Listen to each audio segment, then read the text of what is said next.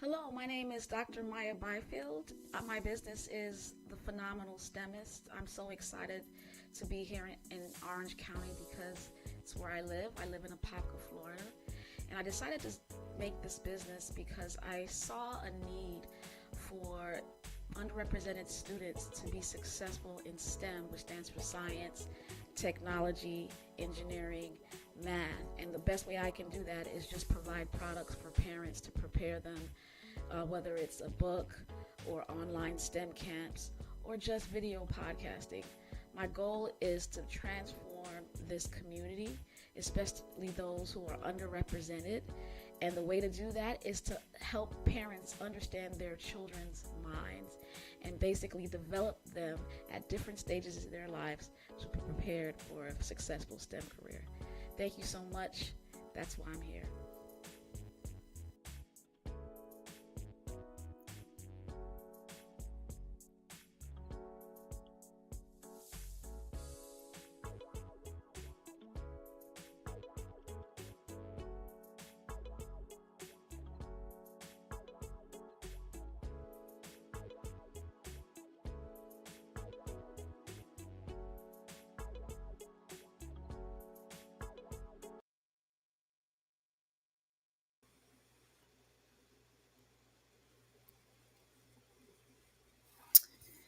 Hey, it's the phenomenal STEMist. Oops, I forgot. I forgot to take off the podcast sign. Hey, what's going on, everybody? Good evening. Hey, Bryant, Dr.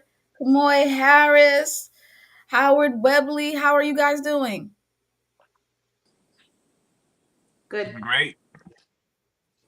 I'd be doing better if I was on the opening credits like our other guests. I mean, every time I'm on here, y'all just make me feel so welcome.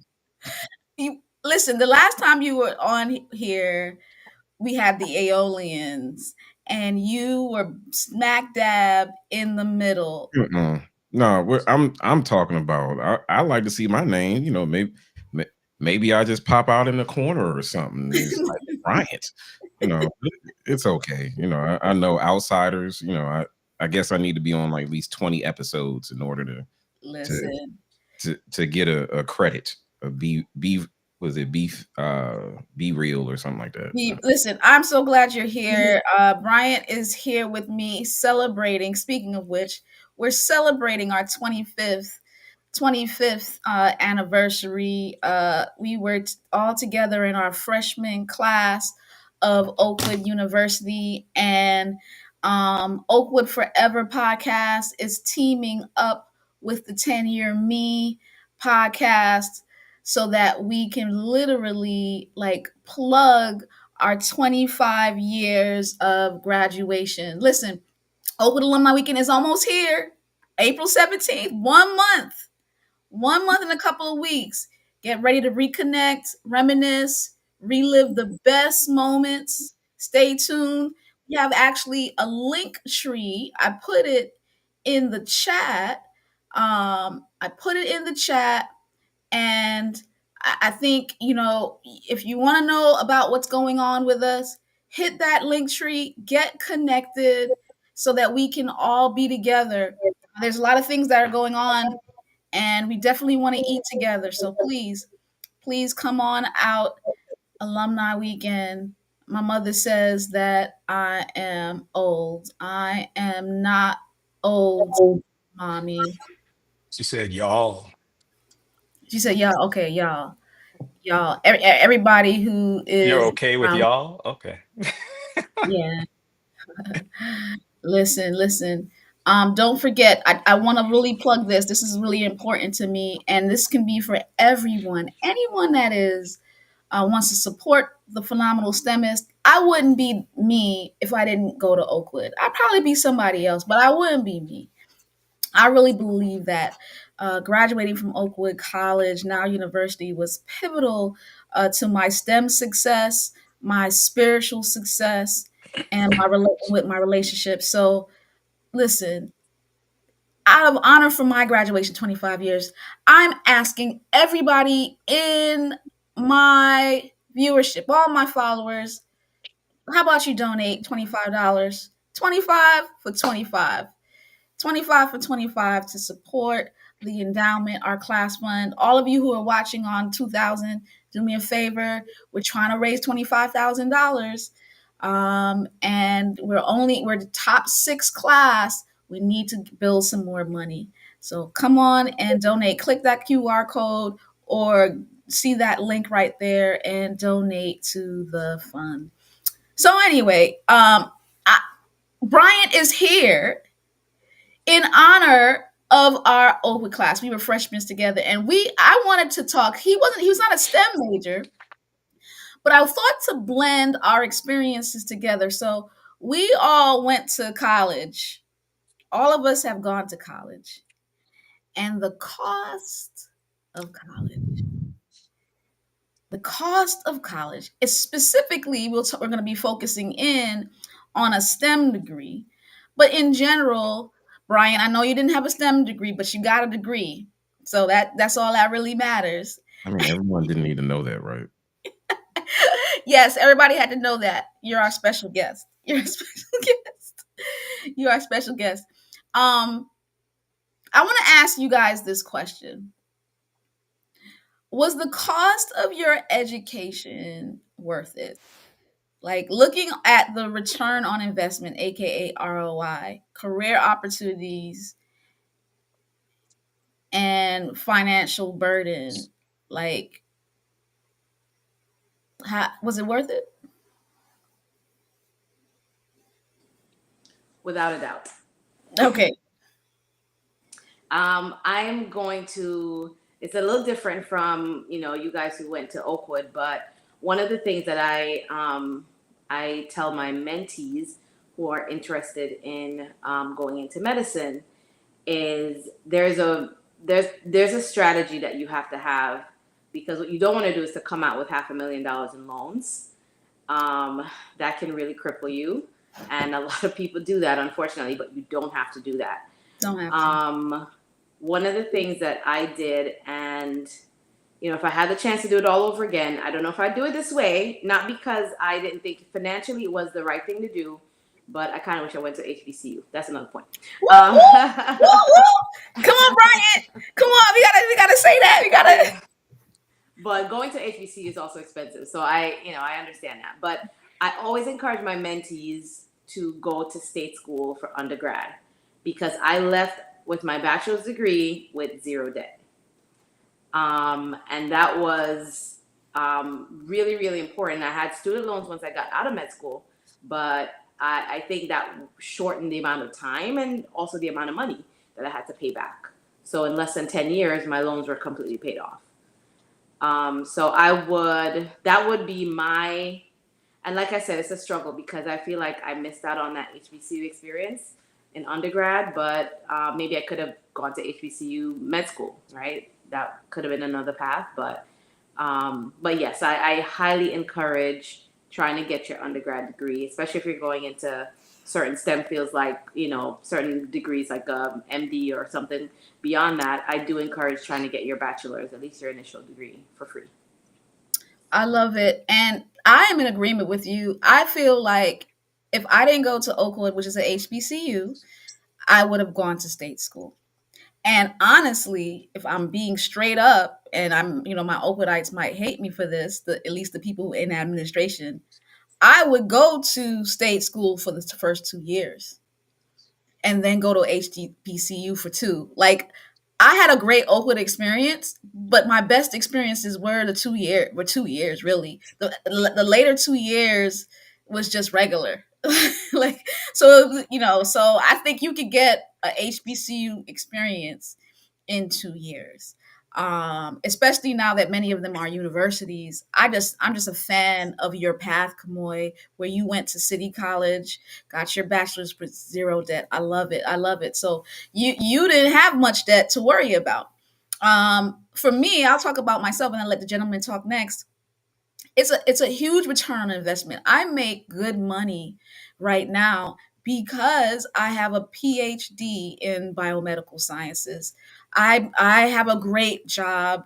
I don't work a lot. Like, I'm literally going to Colorado next week. I'm off 3 months out of the year, and it's like what somebody has to work multiple hours to get half of what I make. And I work half as much. Education is what was that for did that for me. But I made sure that I didn't have a lot of student loan debt.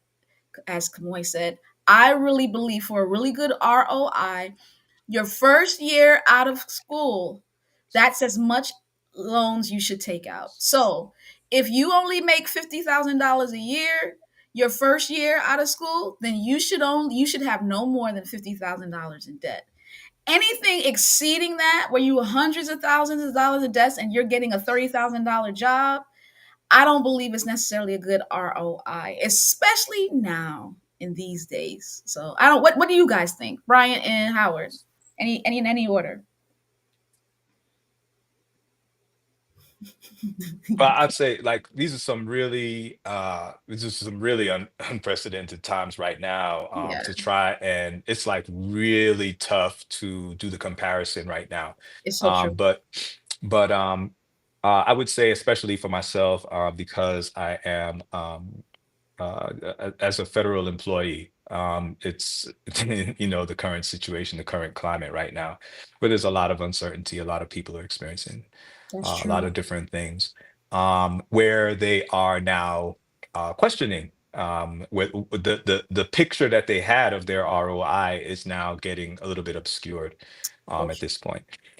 But at the time, back in 2000, when I began, um, I would say, well, let me say before that, like talking about, I'm in the same graduating class, didn't go to Oakwood, but same graduating class, time period.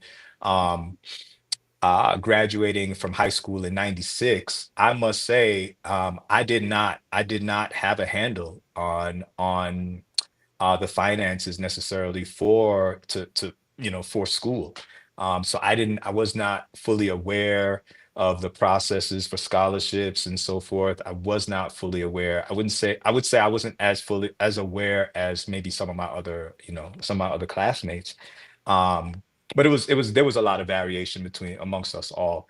Ultimately, though, my ROI ended up like awesome, because a conventional government situation where you came in at the bottom as a GS5, and then it didn't take very long. For those of you who know how the government pay scale goes, it did not take very long at all, to reach at the maximum for that, within that grade, within the grade levels. So it didn't take long to pay my school loans back. There was a huge level of, and then also I was at home. So there's a lot of different variation to it. Meaning I was still living at home. So I had a lot of ability to leverage my income. It started off very small, but I was able to leverage my income to really get at my student loans. So Yeah, Brian, tell us your testimony. Tell us your testimony about your experience. Uh, Try not to do it without crying. Okay, so I did not understand student loan debt. When I went to Oakwood, I told the story before. I had an opportunity to go to another Bowie State in Maryland, basically a free ride. I think it was what the United Negro College Fund. They provided a full scholarship, and I assumed that Oakwood would have matched. When I got there, Oakwood said, "No, we're just going to give you $250 to $300," and I was like, "Yeah." I was it. It hurt, but at that point, I had already made my decision to go to Oakwood. When I graduated with a decent amount of debt because Oakwood was not a in-state school. No matter if you lived off campus, on campus, It's private. it was private. So there was, you either had the money, there were some grants, but they weren't really advertised much, at least in my area. So all of it was loans. So by the time I got out, I want to say I might have had about 60,000 in loans. Ooh. Yeah, it was, and that was with me and my parents taking out loans. So when I got out, I also joined the federal government. Thankful that I have a job. Thankful that I'm still working. All things considered, and I started out as a GS6, and I think my first year I might have made 29,000, and this was back in 2002. Right. There was no conceivable way I thought I was going to pay off my student loans, and I was a marketing major, and I realized that being black, being male in the government, just having a bachelor's was not enough. So I then applied for grad school. Now, I don't regret it, but grad school also came with a cost. And in our culture, because we don't really have a lot of financial knowledge, or if we do, we're not sharing it amongst each other. When I got those refund checks back, it helped supplement my lifestyle. Mm, Some of it was frugal, but sometimes it wasn't, because you give a black kid a check that has a comma in front of, a number, maybe one or two in front of it, and they're going to be like, wow, and not really think about having to repay it. yeah. But thankfully, working in the federal government, working as a public health advisor, analyst, there was something called the Public Servant Loan Forgiveness Program. All I had to do was pay like 10 years. 10 years of, I mean, in the payment, it did not look like it was going to move any. It looked like all I was paying was interest, because the amount was so massive. Now, it's not as massive as those in the medical field, but it felt massive, where I really did not believe I'd be able to pay it off. But fortunately, staying in the government for 23 years and counting, the public servant loan forgiveness program actually worked in my benefit, my favor. And I got a letter, I laminated it, highlighted it, where it said zero. I think I ran up and down the aisle as if I was in a Pentecostal church, and we know we don't do that. But it was like, I imagine that's what freedom felt like. So as far as the return on investment, yes, but with a caveat. I Yeah. wish I would have understood the financial part of it, so I would have made better financial sense, instead of just always signing that FAFSA, and getting that money and utilizing that as supplemental income along with my regular income. Then I probably would have been able to pay it off, maybe by myself, maybe much sooner, instead of just having that weight, and that weight making decisions for me as far as what my job path would be. But fortunately, working in public health, which I did not have a degree under, and learning about it, I found a job that I like, that I love, and working with federally qualified health centers is awesome. So So even though you don't have a STEM degree, you're working in STEM. You're yes, working in STEM. Shout out to Bryant, who's working in STEM without STEM degree. Yeah. STEM degree. Listen. How did you pay for college? So we already know how Bryant paid for it. That's that. So the next question is for you guys. How did you pay for college, and what would you do differently? Loan, scholarship, family support, or working through school. So I'll answer this first, and then you can think about it. So I paid for college through scholarships, and work study, and a subsidized Stafford student loans. I did not take any parent loans out. I did not take any unsubsidized loans out. I only took subsidized student loans out. I said, I'm gonna make it happen outside of that. I don't need no refund check. So a lot of people, they take all the loans, and then they take the refund check and they spend it frivolously. Me, no, no, no, no. The subsidized Stafford student loan basically is interest free as long as you are in school, or it's deferred. So I made sure, because I knew I was going to go to some grad school, that I would be able to defer my student loans. I would not have been able to do that for unsubsidized. I would not have been able to do that for Parent Plus and all the others. And I limited myself. We only were allowed, I think, $8,000 or $4,000, I think, per year. So I had to make sure I came up with, and at the time, Oakwood did not cost as much as it does now. It's crazy to me how much it costs right now. Right when I was in school, it was only 10,000 to 15 the most a year. So basically, I made sure I came out of school with only $15,000 of student loan debt. Hmm. Everything else, I made sure I worked in the lab. I did literature evangelist. I sold books every break, made money that way. I did research experiments, research experiences. Got like 6,000 scholarships out here and 5,000 here, and of course Oakwood's little $2,000 scholarship, as Bryant was saying, $200 per semester or something like that, or $500 per semester, something like that. I don't remember, but it wasn't a lot. But I was able to get through, and I said, I'm leaving college with $15,000 debt and I'm not taking out any more. So I went to Einstein College of Medicine. Shout out to Kamoy, that's our alma maters, for free. Because I went the PhD route, they paid for me to go to school and gave me a stipend on top of that. So I lived for free. What I would have done, I think I'll talk about that a little later.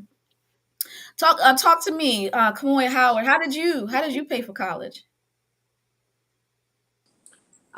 Your mom said something very important. Amen for supportive parents.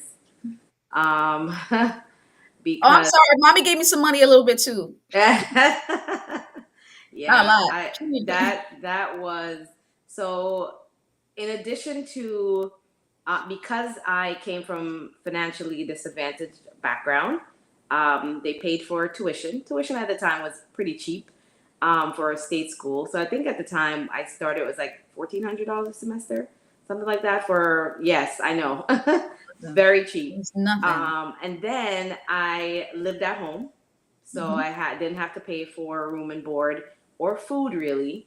But they also, again, because of my financially disadvantaged background, we also got a small stipend, so that's what paid for. I took the train. My commute was an hour and a half to 2 hours, depending on traffic. But I took the bus, the train, walked in the cold and the snow, whatever I had to do to so I could live at home. So all those things together, Same. kind of, yeah, helped me to leave undergrad debt free. Um, of course, I had to take loans just to live, when I was at Einstein, but at least I could, I was 30 minutes from home, so I could drive home. My family, used to joke about, me coming in and with a little shopping bag, and they would call me cleanup at the time because I would come in with a shopping bag and I would get, groceries, whatever I needed. But, thank God for my parents being there and helping me during that time, because that saved me a lot of money. Mm. And then I got a scholarship, partial scholarship to go to med school. And also my dad was helping me as well. You're just giving me money to live. Shout out to supportive. What about you, Howie? Yeah, like I said, I had no idea. One of the big things for us New Yorkers, who weren't privy to the maybe the Oakwood or the Adventist situation, we just wanted to leave New York, man. There was a population of folk in my graduating class who just wanted to leave New York.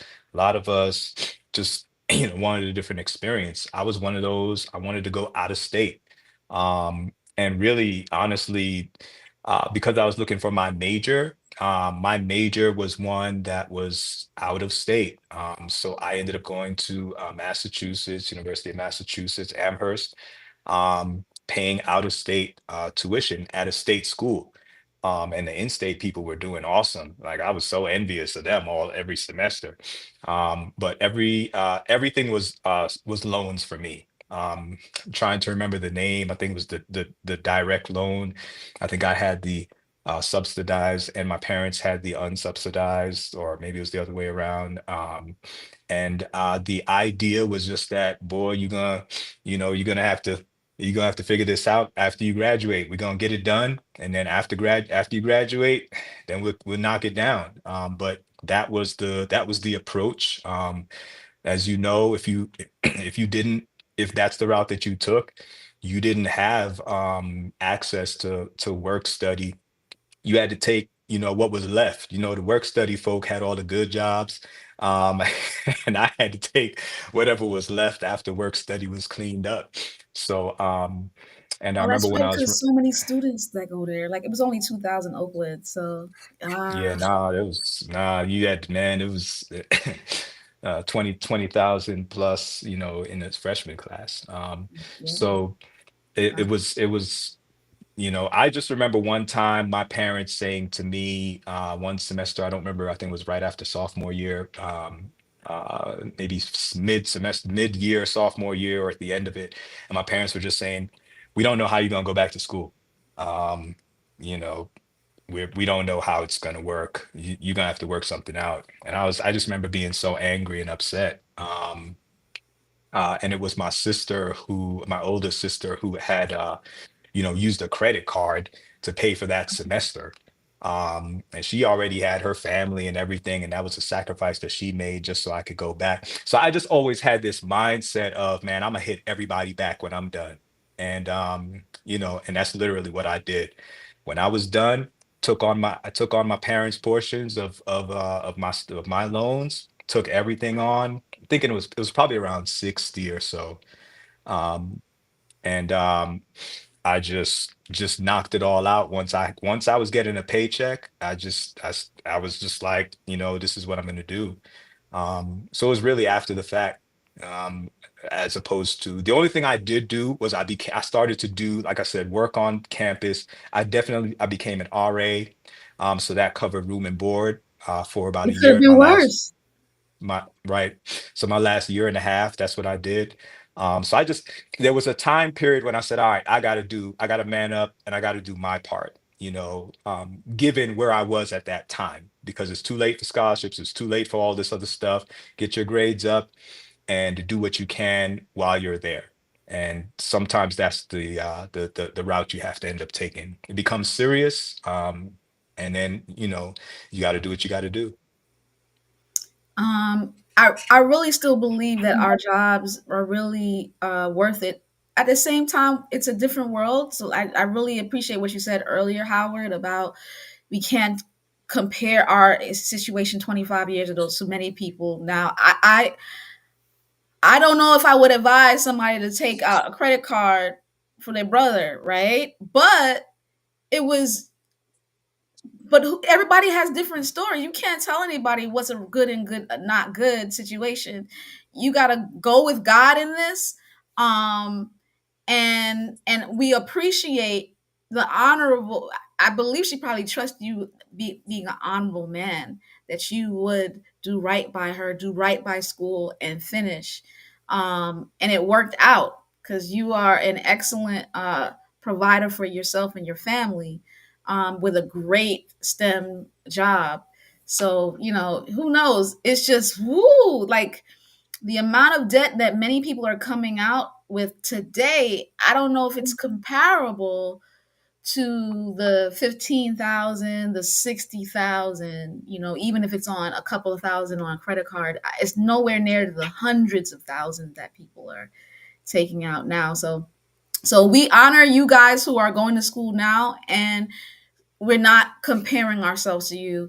We're just talking about what we learned, especially the part where you did a RA, so you covered room and board. Like you gotta find ways to lessen the blow the best way you can. Tap multiple resources, as Howard was talking about. All right, so what was some hidden costs of education that surprised you, like beyond the tuition? What was some inhibited costs, like maybe lab fees, unpaid internships, boards, whatever? Um, Books. books, books.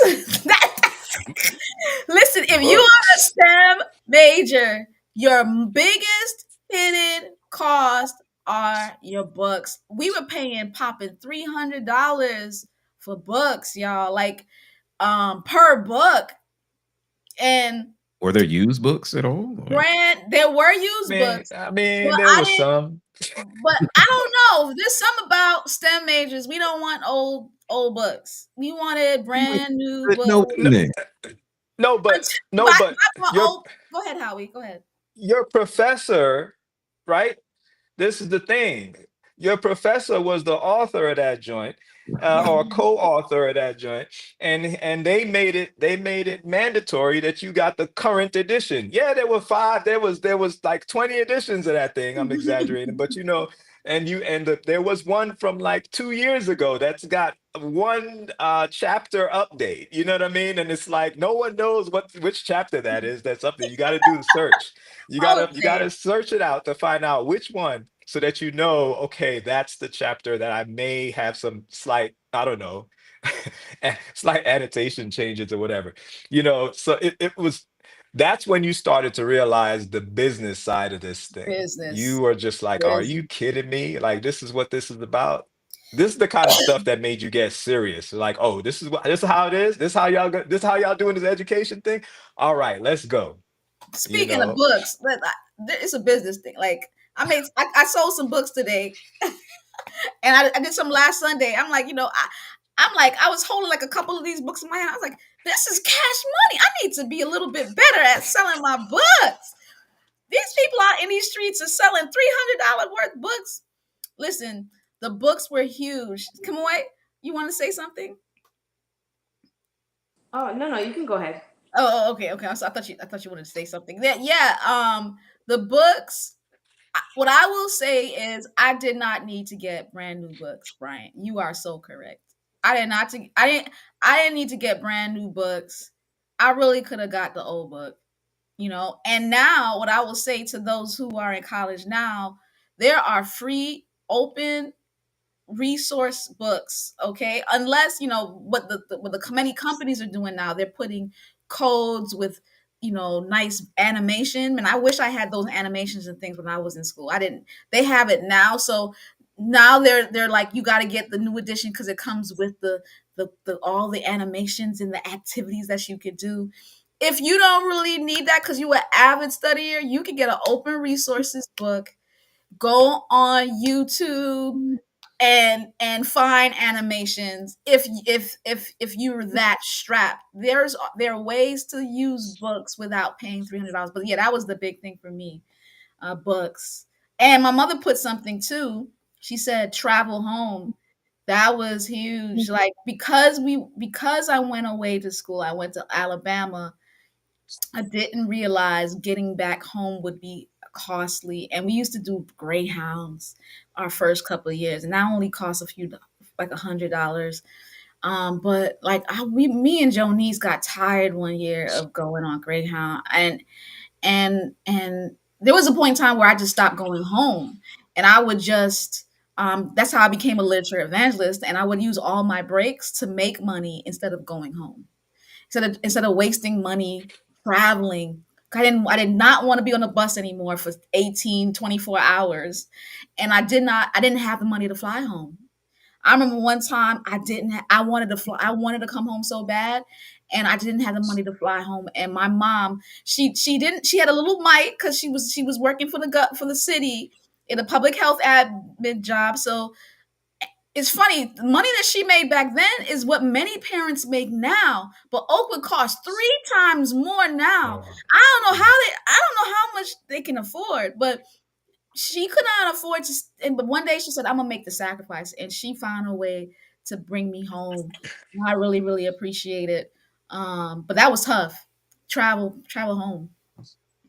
Any other hidden costs for you guys that you could think of? probably meals also. You just think about eating.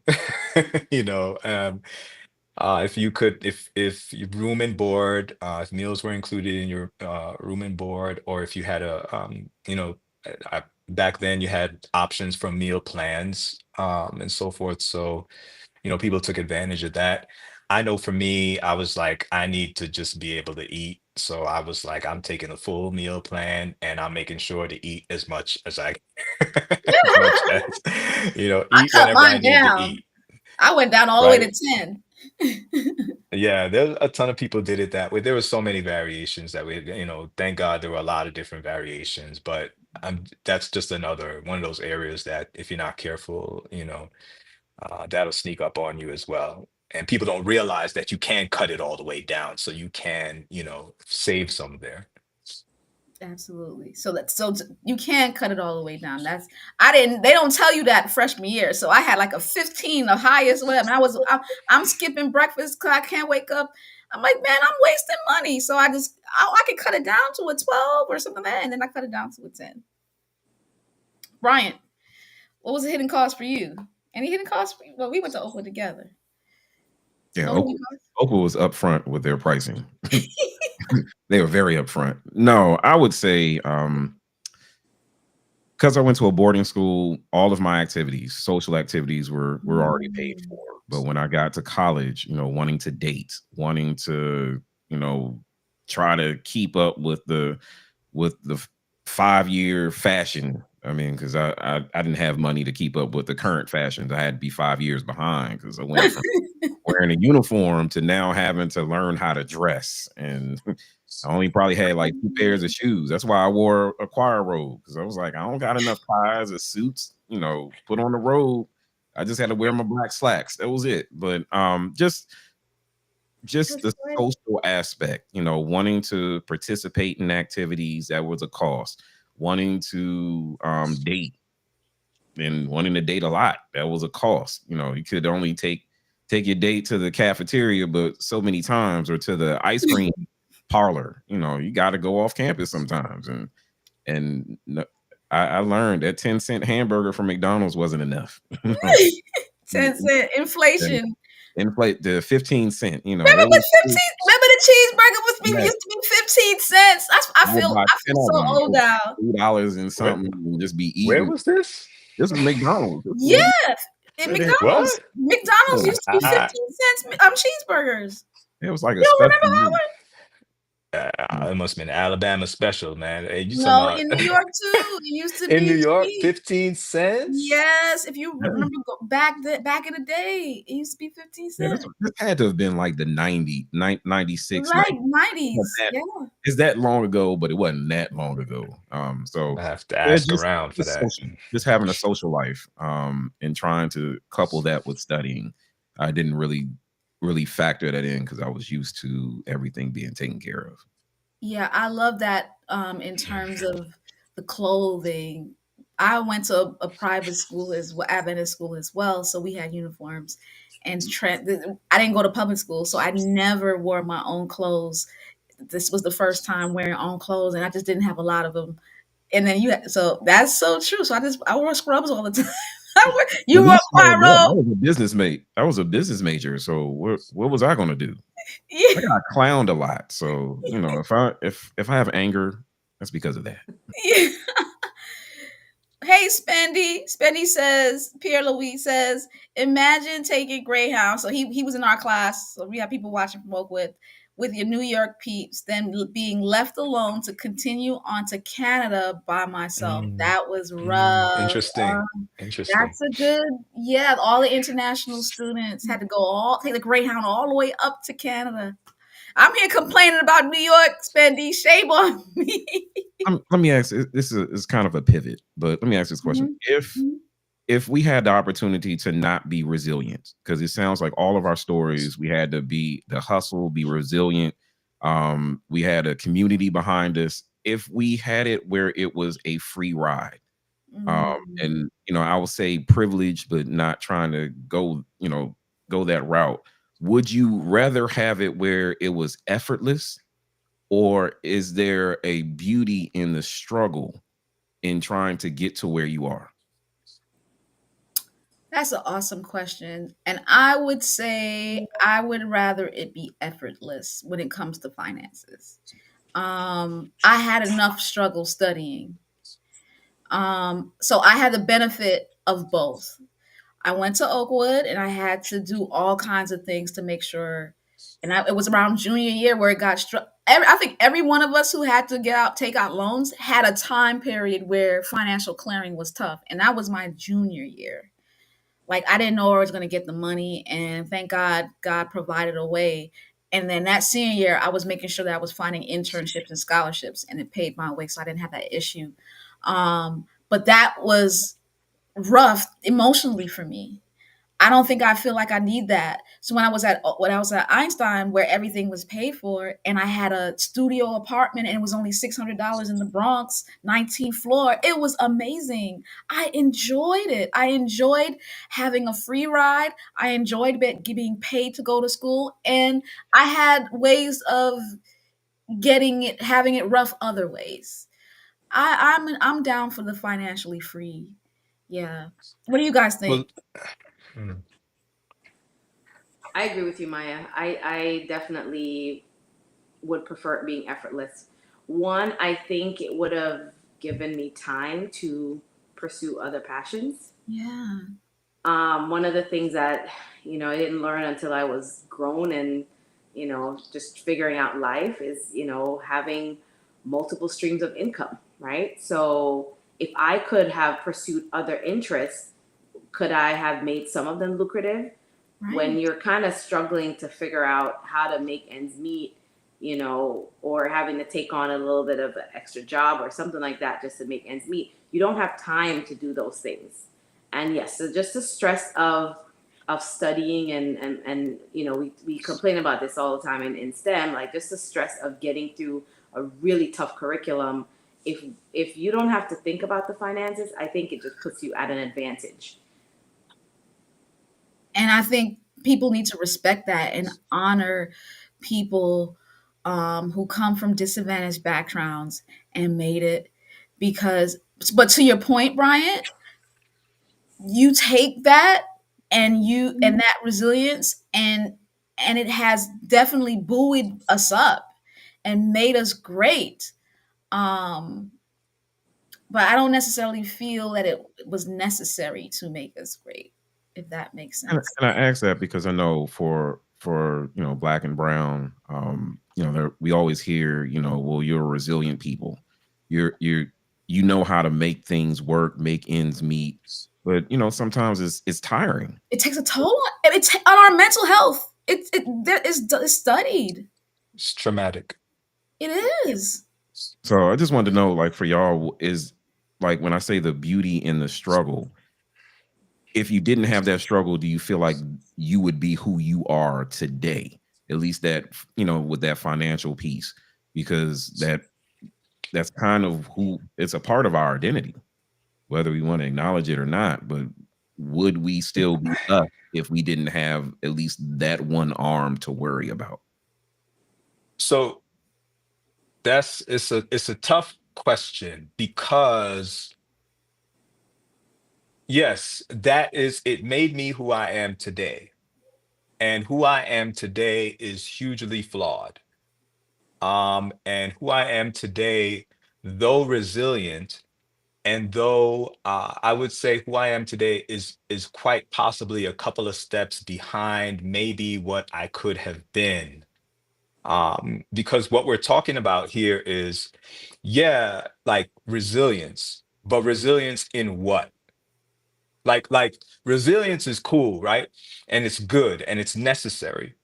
But as far as I'm concerned, and I'm answering this because I've been processing this for my own kids and what I'm giving them, the environment that I'm giving them.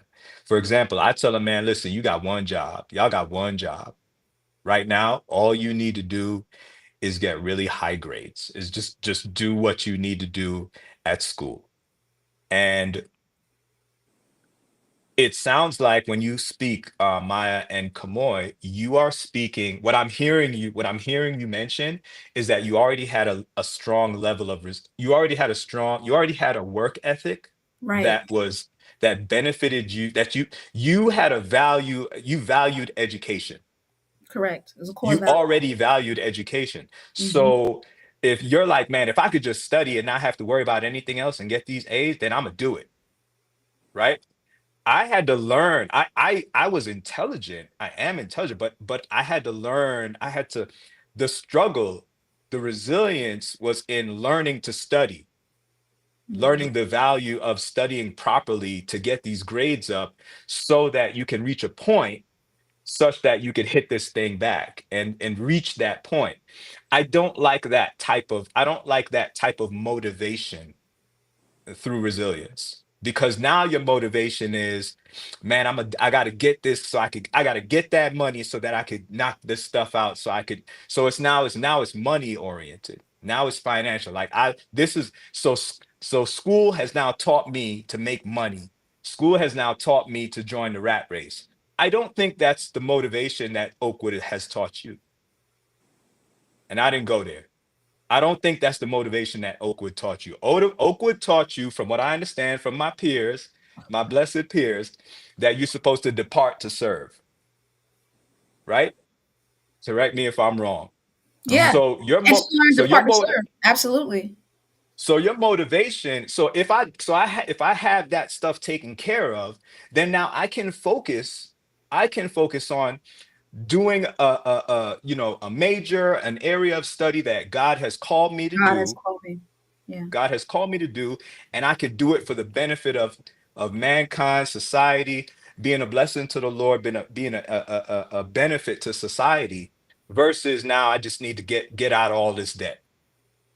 So it's a resilience, but I feel like it's a resilience in the rat race. That Speaking of which, motivated in the rat race.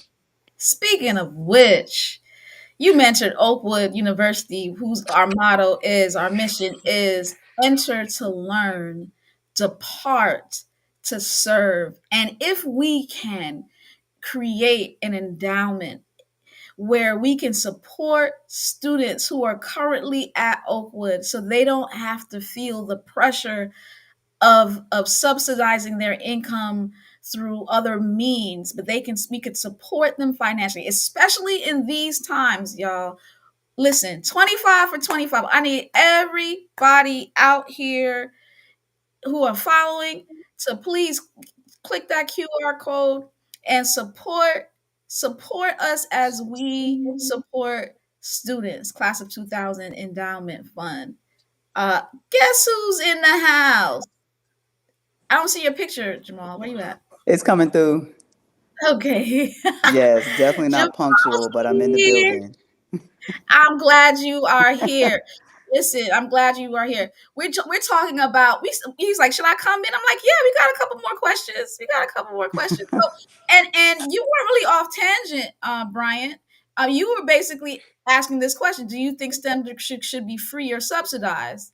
Why or why not? And I appreciate my subsidized NIH subsidized degree. The reason why I went to Albert Einstein College of Medicine for free is because the National Institutes of Health had grants that supported my education. So I didn't go for free. The government paid. And right now, we're not going to talk about that. We're not going to talk about that, but that's at risk. So we have to find ways to subsidize our people. But I think it should be subsidized. But I guess the business majors and all the other people who did not have their education subsidized, they might disagree.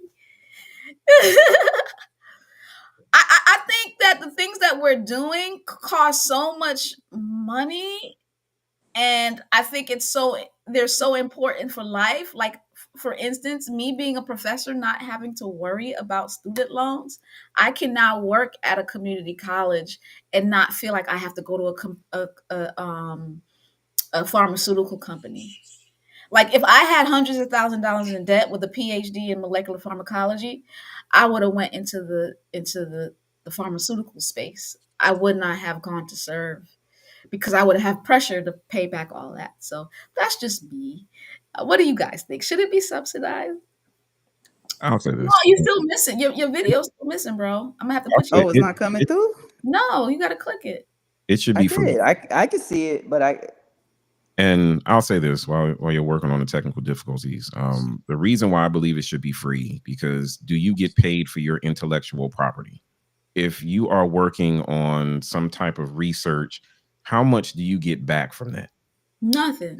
Yeah. So since you're giving your mind, your mental ability, your creativity, your all of that, I think that it should be free because you're giving something that will far outlast maybe your lifetime.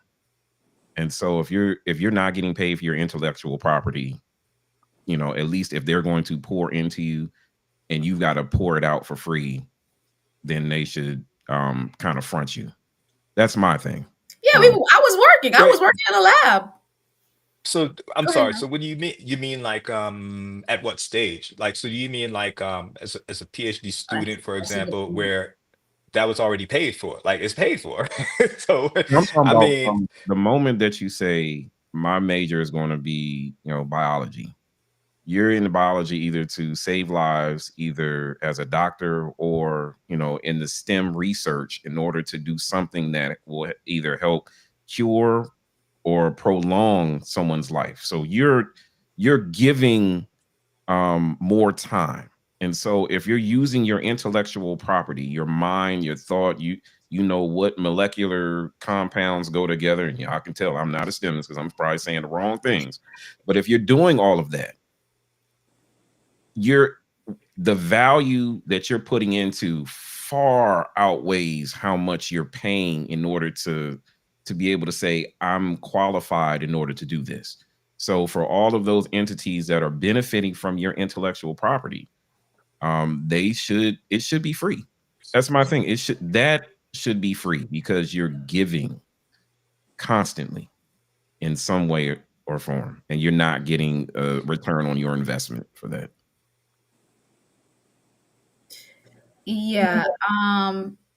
I'm only saying it should be free because I'm in STEM. But if I was another major, I probably. I'm not saying business. I'm talking about STEM only. Sorry, That's business. what I'm saying. That's what I know. I know that's my point. but So it's but like, what's let's your say reason, engineer, my an engineer, computer science major. Speaking of computer science majors, Yeah. I want to they piggyback off that. Yeah, I could hear y'all, but I don't know if y'all. I But one see you thing, No, now. we can I see see you. you We now. see you yeah. now. I had to log back in. But I will say, to what you were talking about is I was reading an article. This was about a year ago or something, and it mentioned and it talked about how an Ivy League school. I can't remember if it was Yale or whatnot, but that's how they had. I don't know if it was actually. This is kind of crazy because it just said it was a while ago, so I'm still loose on some of the details. But essentially, instead of having people or students pay for their degree, just like you were saying, like they use the intellectual property. So they would say, okay, you know what? A percentage of what you make or whatever, like would come back to the school. And what Mhm. essentially they were saying towards the end is that the schools ended up making so much more money. And at the same time, the student was so much more happier because they were still able to do what they needed to do, but the percentage wasn't a burden. And so there is some validity behind, this like subsidizing like that because, everybody kind of wins, people get educated. And I think that goes beyond STEM, especially when you start getting into the higher degrees. You know, I definitely think Like, higher degrees should be subsidized. yeah. mhm. I'm not so sure undergrad should be subsidized. Um, I don't know how I feel about it because you asked me this question about Mm, is it better when it's free, and I'm like it's way better, no stress, mm. But But you gotta I have some think skin a in lot the of game. students It's take some. advantage. That's Many students take advantage of Hmm. free, and they get back their refunds. They don't come to there's many situations where they gotta prove to me they value this thing before I give Yeah, it to them for free. Because they yeah. got high school for free, and I would love college to be for free, but I also don't want to waste the value of it. So That's it's what a I'm saying. delicate. I'm not, and that's why I liked when I was reading this article. Like it piqued my interest because They would do I something. necessarily don't. I don't believe any of the degrees should necessarily be free Mhm. because the you want to actually have, just like I said, some skin in the game for all of it, right? You want the student to have the drive to actually want to be there, not just, okay, you know what, I'm going through the motions. But at the same time, how can you subsidize it so that the student's not coming out with this burden, but yet the school is getting, you know what I'm saying? Everybody kind of has to win. Everybody has to Yeah, win. everybody has to it. win, Yeah. you know? Howard, yeah, Isn't you were it? saying? Isn't it free in Florida under certain circumstances? I don't think so. Like Um, you talking about the bright futures and stuff? I think I've heard like you put in, I think you've got to be a resident and also for what is 5 years, and then you also have to have a certain grade GPA. So you've got to Yeah, so it's obviously bright future. So show, yeah, Yeah, you so have yeah, to but see, show that you that's skin in the game. So like my exactly. son, he was Yeah. trying to get that Bright Futures money, and the amount of footwork you have to do to make those hurdles, like you have to want it. You know what I'm saying? Like your SAT score has See. to be right, your GPA has to be right, Mm, and you have to have a certain amount of community hours and stuff like that. So, like for him to get it, he was out here hustling towards the end. And I mean, he did really well and he qualified for a 75%. But even for the 100, you got to go even above that. And so I think that's what I mean when skinning the game. So even if you're not giving money back to the school, like that's actually saying, okay, you know what? Show me that you want this education. And but we need stuff like that. But the issue for minorities, I think, is, you know, I know for my generation, it was all right. You need to go to school, but how do you get there? What's the vehicle? And the vehicle is normally student loans, right? right. And so, like, there's some of my peers that are not minorities that, just like you said, didn't have student loans, or they not because their parents paid for it or something like that, but they went through the grind of working, and so some minorities. But like coming out of school without that student loan debt wrapped around your neck, just like Maya was Yes. saying, like Yes. it puts you at such an advantage, Ah, because now you can come out and you can be free, right? You can be right. inventive, you can create yourself because you're 20. If you're not married or anything, you don't have no respect. You just out here living, just Man, being who you want to be. you could be And invested that's in the right. stock market yes, you could be who instead of you paying want to student be. loans. Yeah. So, but if you come out of school with a mortgage, you Yeah. come out immediately being a full fledged adult. You see what I'm Yeah. saying? Yeah. With responsibilities, and so there has to be some type of system. You know what I'm saying? To where, like, just said we like my what I'm saying, I count it such a blessing that like my son's not going to have to go through that, and that my wife, we've already went through the struggle of student loans, so we know, what I'm saying. And but there's so many that aren't, and it's just how do you bridge that gap, because there's just like the topic of this is great because there's some degrees where it's worth the grind to just go through it, right? As long as you're responsible with it. Like Kamoy, you are, you know what I'm saying? You got it. You right. You know what I mean? Because if the doctor's right, is you come out and you actually take that first set and you just go boom, boom, boom and knock out your stuff, then the amount of money it takes for you to get to that stage can be justified, right? You know what I'm saying? Even in the STEM field, it can be justified. But the degrees that are still needed as like teachers and social workers, stuff like that, it's tough to justify it, Mm. um, Yeah, in the sense of being able to pay it back. I'll say this. I think we need, as a people, need to have a list of all the various ways you can get a degree. It's not just sports. It's not Yeah. just loans. It's not just, because my wife was able to get her master's in special education for free at Bowie State because there was a program. We've got to start talking about different avenues than what we only knew. For me in the 80s was sports. It was Mhm. basketball, football. That was it. I didn't know you can go for lacrosse. Maybe I would have tried for lacrosse. Maybe I would Mhm. have tried for soccer. Maybe I would have tried for swimming. I mean, there's so many different, but in our culture, We limit ourselves we You limit limit. ourselves. in We've so got many ways. 12,000 people fighting for a 12-man roster for basketball or Right. 52.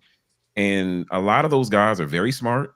They Mhm. got scholarships and they were able to do some other things. But if we're not talking about it, if we're not doing the research in order to tell those who are coming behind us what the best path to take, not just one path, but there's so many different thoroughfares to get to the same direction, then we're doing them a disservice. Yeah. Yeah.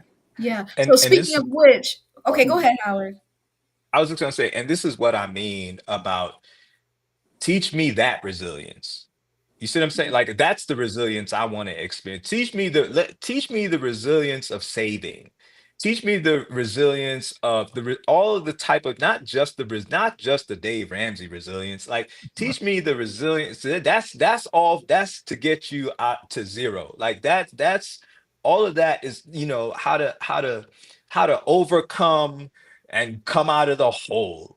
Like that's teach me if I am not in the hole yet, if I am,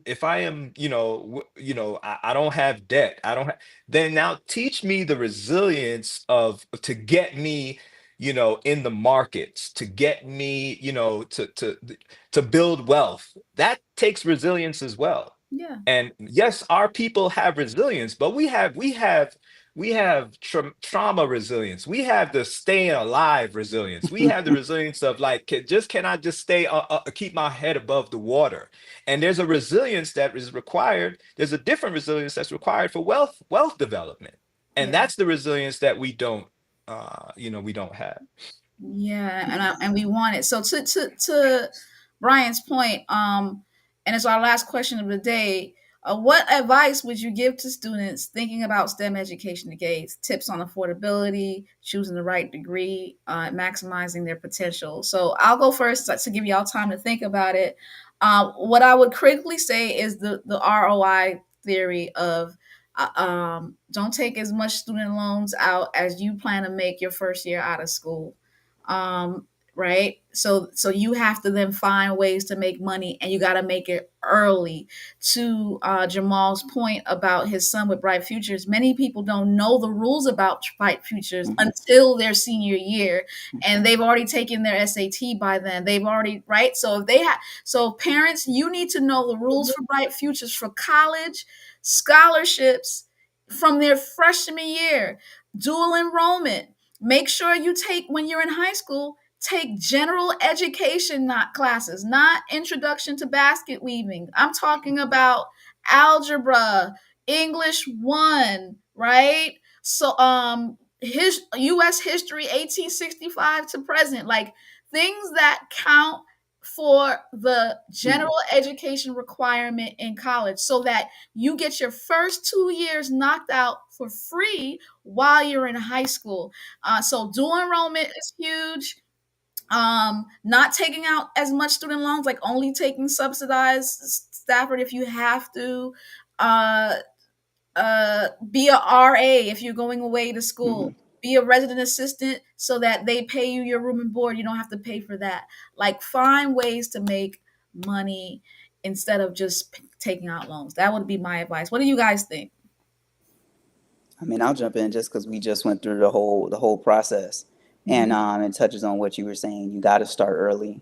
Just that my son was able to get in and do it because he started at a good time. It would have been better if we started earlier than that, but because he started at the right time, he was able to take the SAT multiple times and the CTL and the ACT. He was able to do that, and he was still able to apply to a lot of scholarships. And it matters because the earlier you start, the earlier you can start applying. And so that's really what it's about. Get in there, start the stuff early, and take it serious. It's like you got to take it as a full-time job. And I think that's and as a high schooler, or even as a parent, there's two different approaches, right? The first one is, as a parent, you got your own full-time job, so having to stay on top of your kids to make sure they do this is a whole nother wing, because you're staying on top of them to do so much other stuff. But in the same other time, the kids, they want to do their own thing, and so they don't want a whole nother job on top of that too. So just making sure you carve out that time, even when there's oppositions or stuff tugging you in other directions. But it's necessary for sure. Kamoy, what are some tips of affordability that you would have? You guys kind of touched on a lot of the major points. I want to make a point that is maybe a little controversial. Okay. I do not like to get political. However, especially in this climate, we can't just bury our heads in the sand and act like it does not influence education. And it's about to influence education big time. Big time. Big time. I think it's really, really important. When we were younger, we didn't pay much attention to it. But I think more so than ever, young people, particularly who are thinking about pursuing certain careers, it's more than just figuring out how to where to get a scholarship from or where to get subsidies from. You also have to get involved in the political process. You have to try to elect people who are going to put policies into place that will help you. All the funding that a lot of us benefited from in the late 90s and early 2000s, a lot of that could easily be wiped out now, right? And not be available for education for a lot of our younger people coming up. However, if they if they get involved early, learn about all your smaller elections, learn about small and big elections, vote, and put people in place that will actually benefit you in that regard. Not turn a blind eye to this, because when you turn around, you look for some of the assistance that we got, it may not be there if you ignore it. So I think all the things that you guys mentioned about looking for different ways to get into this thing and or to pay for school, I think that's important. But it's also important to realize how much that education is really influenced by politics. Powerful, powerful statement and well framed. Howie, did you say yours already? Yeah, yeah. I would say, and this is just me looking back at my experience overall, take your education seriously. um, see, look at why you're really doing this thing. These are conversations that I've had with my kids right now, and they're in middle school and lower school. One's about to go into high school. Like, what are you really trying to achieve? What is this education thing all about, really? Like, what do you really want to accomplish? What do you want to, whether it be, if we're talking from the Oakwood perspective, also, like, if you want to serve, but you want to also make that money. You want to have that balance. And STEM is one of those areas that you can have a very strong ROI, return on investment, with your Absolutely. education, as well as you can really have an opportunity to give back to your community. So even if your type of job doesn't directly affect the community, you can have a financial situation where your job can help you to commute to give back to the community. And I Mhm. think, as Kamoy mentioned, now more than ever, I think this is really a time period where a lot of us need to put our money where our mouth is, and really invest into our communities. Really invest in Look back on what you received, especially in our peer group. Look back on what you received. Look back on how people, supported you, and look to give back and support those people who are coming up. Those of us who are coming up. Um, and so, as a student, yeah, take your education seriously so that you can have a platform to be something huge, be something God has called you to do, but also be able to give back to your community, which is part of what God has called you to do. I love that, Howard, because and the STEM degree, and we're just focusing on the STEM degree. The gap, the pay gap between African Americans, Asians, and white is way smaller than any other degree. So, like, number one, we make way more money than many degrees, right? On average, I think on average, it's $40,000 a year in America is the average salary, while STEM degrees is 75, right? We're making $30,000 more than the average median income in America, number one. And when you compare black and white STEMists compared to black and white other degrees, there's a huger pay gap. So STEM closes the wealth gap. That's why it's worth it. That's why we started off. Is the cost of an education for a STEM degree worth it? Hell yeah. Hell yeah. Hell yeah. In many ways. I'm sorry.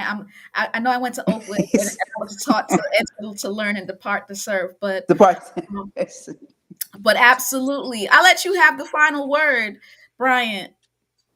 No, I would say just two words, and I'll expound upon them: intentionality and community. Mhm. None of us got to this point right here, right now, without someone being intentional with us and our community backing us. Yeah. We don't, I don't know where we lost it. where maybe we got high and mighty and just said, you know what, it's me against you instead of us against them. Um, where I need to make sure I set myself apart from this other person in my own community. Yeah. There's so much knowledge, but some of us are only looking for money. Some of us are only looking for entertainment or something to take us away from reality. The time that we're taking to look up, you know, what the latest thing, I don't know, what is it? I'll use Stephen A. Smith and LeBron James. Their Oh, little this big thing. argument. You Yeah. know, the time we're taking to look that up to see what 500 people are saying about that one thing, or the slap between, you know, Chris Will. Rock and Will. Yeah. Take that time in order to look up something that has value, something that can plant a seed. Talk to someone that's where you are, or talk to the person in between, and maybe they can introduce you. We've got knowledge. These 5 people got knowledge. If we hold it on to ourselves, then we're doing a greater disservice than what politics can do, what, you know, financial deserts can do, all of those negative things. We are worse than that if we're holding on to our stories of resiliency, our stories of triumph, just anything. We've got to pour back out, because a lot of us are full and we don't even know it. Constipated. We are complaining about the people behind us because we have yet to pour into them.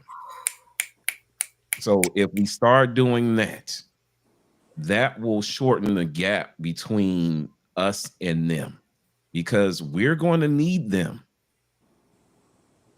Just like we needed our parents and our uncles, aunts, and all of those people in churches and even strangers that poured into us. So don't be a cup with a lid. Be one with a spout and pour back into these people, these young people, because they need us. Absolutely. Absolutely. And one of the ways to do that is by supporting the Class of 2000 Endowment Fund. I'm a believer that if we hold our schools accountable, yes, we need to hold our schools accountable, make sure that they're providing what they promise. But I have an endowment, Generation X, Doctors of OC. It's already filled. We have about over $40,000 in that, and then we're trying to build. This is my second endowment that I'm building with my class, the Class of 2000 Fund, where we need to raise $25,000 for it to be considered an endowment where the interest gives scholarships to students. This is an opportunity for us to give back, not just pour financially into students, but mentorship. Mentorship. I had the privilege of talking to a school today, a Field Adventist school today, and I brought 2 of my former students. One is a physics major at the University of Central Florida. The other one is a biomedical science major. Both Black men. It did my heart so good to have them be with me as I teach them now to pour into those that are younger. It is critical that we do that.